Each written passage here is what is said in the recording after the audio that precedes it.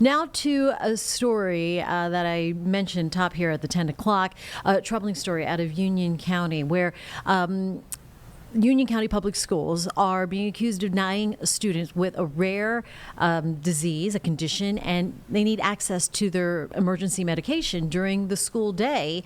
Our Nate Morabito brought this story to us last Friday, and wow, Nate, I mean, it really generated some response already. Yeah, I mean, number one, advocates call this discrimination, basically saying that the school system is singling out this vulnerable population, not giving them the same opportunity to get life-saving treatment as their classmates. For me, like, the most important job as an investigative reporter is to work on stories that impact life and death. And that's what this comes down to, especially for children. And so I'm really passionate about making sure no kids fall through the cracks here. And right now in the existing plan, before next school year, these kids are falling through the cracks, and God forbid something actually happens, there's a real potential that these kids could die. Let's take a listen. Absolutely. Okay. Dominic D'Amato never wants to revisit the day his son Harrison, he was 8 months old, literally gray and lifeless, nearly died while battling the flu. But when you're raising a child with congenital adrenal hyperplasia, all it takes is an infection or a broken bone to send parents right back to that moment. Sorry. CAH is a rare genetic disorder that affects the adrenal glands. It requires maintenance medicine multiple times a day. And if something triggers a life-threatening adrenal crisis, demands either a stress dose taken by mouth, he couldn't stomach the medication, he kept vomiting it, or an emergency steroid shot in the thigh muscle. So this is an emergency kit. That shot, The medication itself is this white powder. which his parents always carry with them, And then you flip it over and draw the medication with a syringe. saved Harrison's life then, Snapped right out of it. and would do the same if the 6-year-old ever goes into crisis again. Yeah. But depending on the day, there's no guarantee he'd get it immediately at school when needed. That's exactly what we're worried about. As it stands, Union County Public Schools only allows school nurses to give out this kind of shot. She's only there 2 days a week. A problem most school days at Harrison's elementary school. It's just scary. And a concern 1 day a week at a different Union County elementary school that Danielle Piazza's 7-year-old son attends. He could die.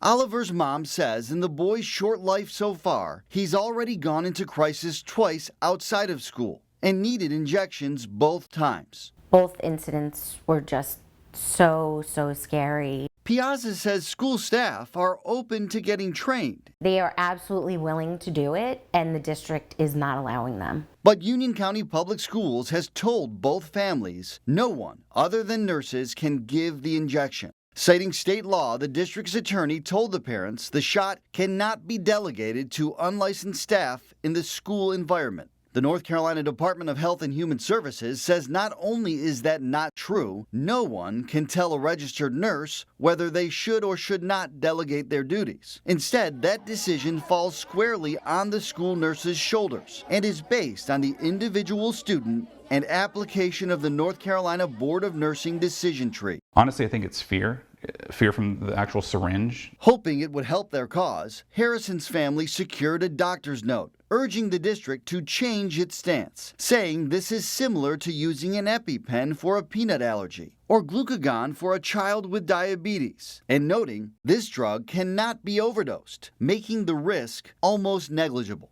It rips my heart apart, knowing that my son could be in severe danger. Both families have even said they'd sign liability waivers. He has the same thing.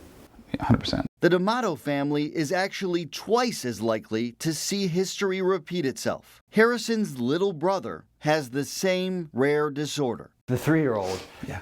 is going to face the same issue when he gets to school. Yes, he will. Which is why their parents are desperate for Union County to make a change now. Yeah, it would be a great relief.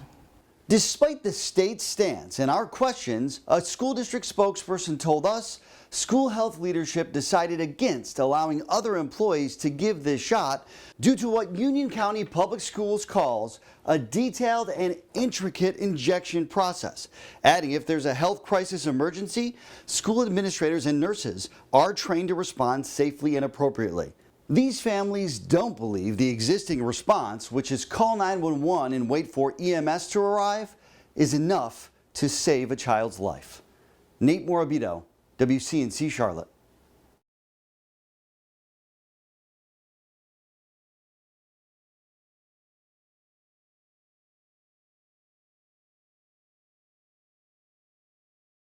Represent these kids. No responses back out of Union County.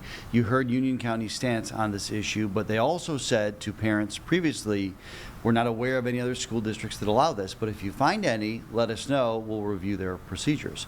So we found some with the help of these parents. We went up to Randolph County and interviewed a mom up there whose school has trained so many people she needs both hands to count the number of them in her son's school. We also confirmed Lincoln County Schools has 4 kids that are authorized to get this shot by not only the school nurses, but also by select trained staff members. So we've pushed back to Union County and said, hey, we found these other school districts that are public schools that do in fact allow this. We'd like to know what your plan is. We're still waiting to hear back, and let me check my phone because my email still says nothing yet. I've given them till 1 o'clock today to give us a response. We're airing a second story tonight at 11 o'clock, and in that story, you're going to hear from a mom from one of those school districts where people other than nurses can give this shot. Let's listen to her right now. Her name's Natasha Tenner. He wouldn't go to school. Like, I can't imagine like that. I would never feel like I can go more than like 5 minutes away. Like, you're telling me that, like, okay, so I'm going to sit in the lobby all day then. I don't know. I was thinking about that actually earlier. I don't know what I would do. I would have to homeschool. Like, that's insane. Insane. It's scary.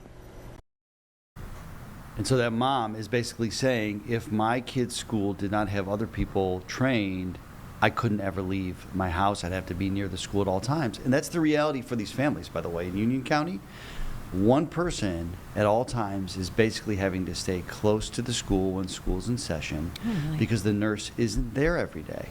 And so on those days when the nurse isn't there, there has to be a plan, these families are saying, beyond just call 911, wait for the ambulance arrive, and then get the shot. I mean, this shot needs to be given immediately. And you heard from the dad there, Dominic, when his son needed it previously outside of school, snapped right back out of it as soon as they gave him the steroid injection. And so these families are just asking for a reasonable response. We know other school districts are allowing this, and we're curious now to hear what Union County is going to tell us now that we've told them other school districts, including right in our area, are allowing this. Interesting. Okay, so tonight's story, what are you uncovering? You talked to the one parent. What else? Yeah, I mean, we're telling Union County, basically, we know other school districts do this. We're also talking to a CARES Foundation, which is the national advocacy group for this specific CAH, congenital adrenal hyperplasia.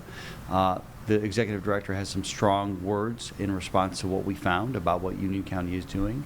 So you're going to hear from her, and you're also hopefully going to hear what Union County is now going to do now that they've been presented with the reality that other school districts are allowing this beyond just school nurses. That's at 11. Okay, 11 tonight.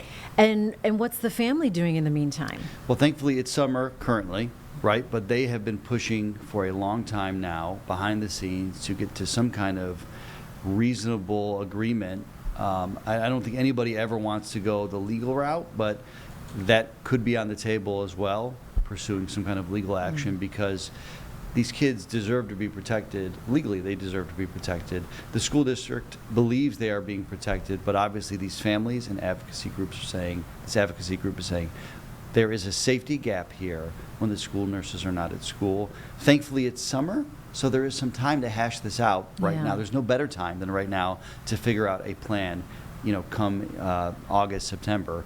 Hopefully, they'll get to one that everybody feels is mutually acceptable, but right now, these families feel like the school system's letting them down. I feel very frustrated for them.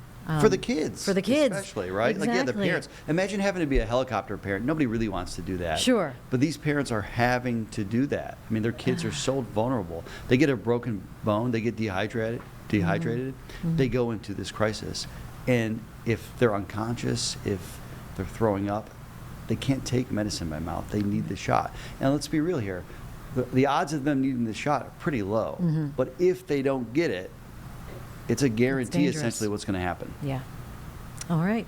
Nate Morabito, his story, part 2, coming up tonight here on WCNC Charlotte at 11. Thank you so much Thanks for having me, guys. doing that work, helping families and protecting kids alike. Here on WCNC Charlotte, if you have any story ideas, send it our way.